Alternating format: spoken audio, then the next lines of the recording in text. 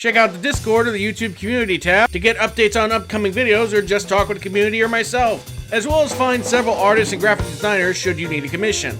If you would like to help support this channel or the Chromatic Chronicles, then please check out my Patreon. Starting tier is $1 a month, and you can just go up the tiers to get better perks. Search VsBeepieVerse on both YouTube and Twitter. Check out the Friday Night Funkin' mod a friend of mine's working on. All links will be down in the description below. Without further ado, let's get started with the video. Great to see the whole community getting into the holiday spirit.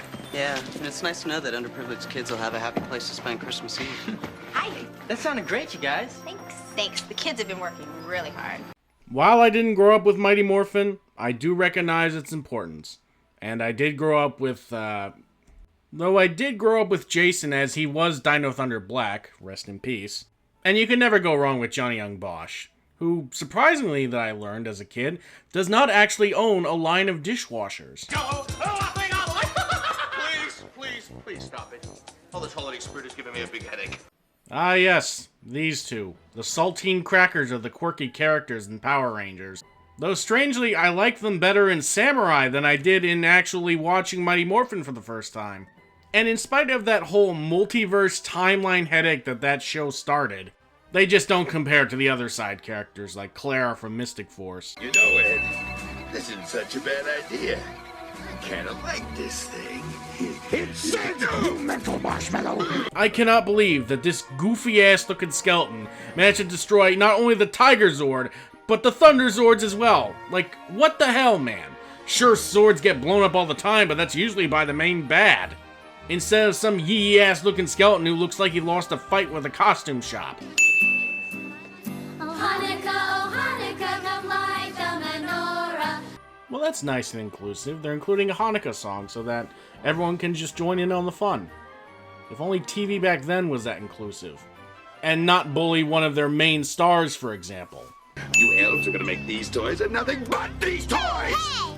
No way! Our production schedule is already booked! But Schmidt, you'll make these toys, or you and that guy in the red suit will be permanently out of business. Got it?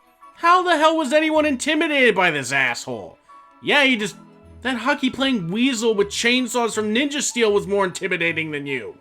Did Rito actually destroy the Thunder Megazords, or was that like a Mr. Magoo accident? Because of a combination of the North Pole's unique polarity and a cross-current of holiday magic, your morphing powers will not work there.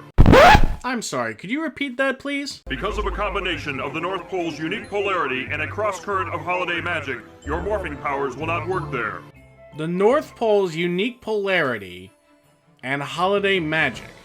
Aside from that just being one of the most absurd ways you can neutralize a Ranger's morphing ability, like, seriously, how is there that many?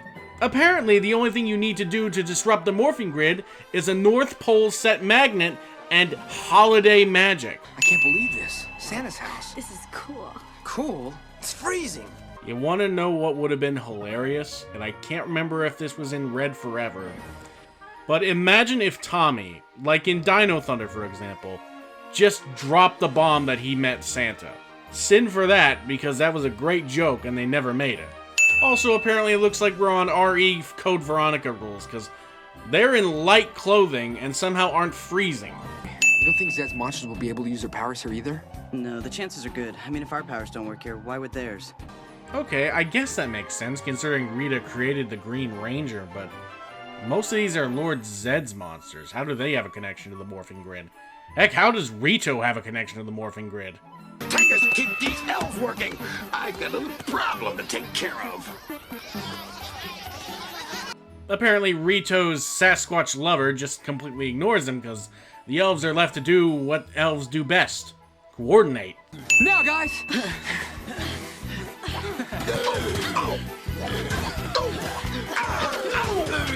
How are those snowballs hurt? Oh. Oh. There's rocks and solid ice in those, aren't there?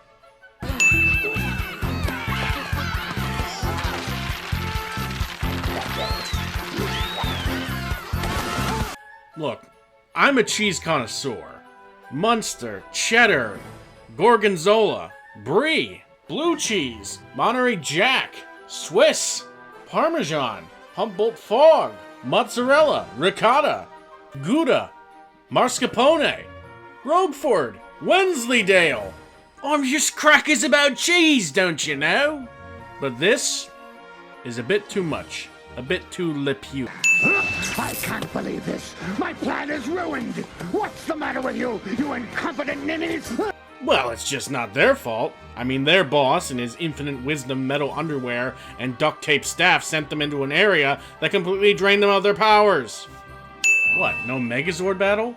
They don't even have to remorph to fight a giant monster? Isn't that kind of what makes Power Rangers, you know, Power Rangers? A mixing of American sitcom and Japanese Super Sentai? Kinda misses the point when none of that is in the show. Also, that title is a fucking lie. We're dreaming of a White Ranger? Tommy never rangers up once!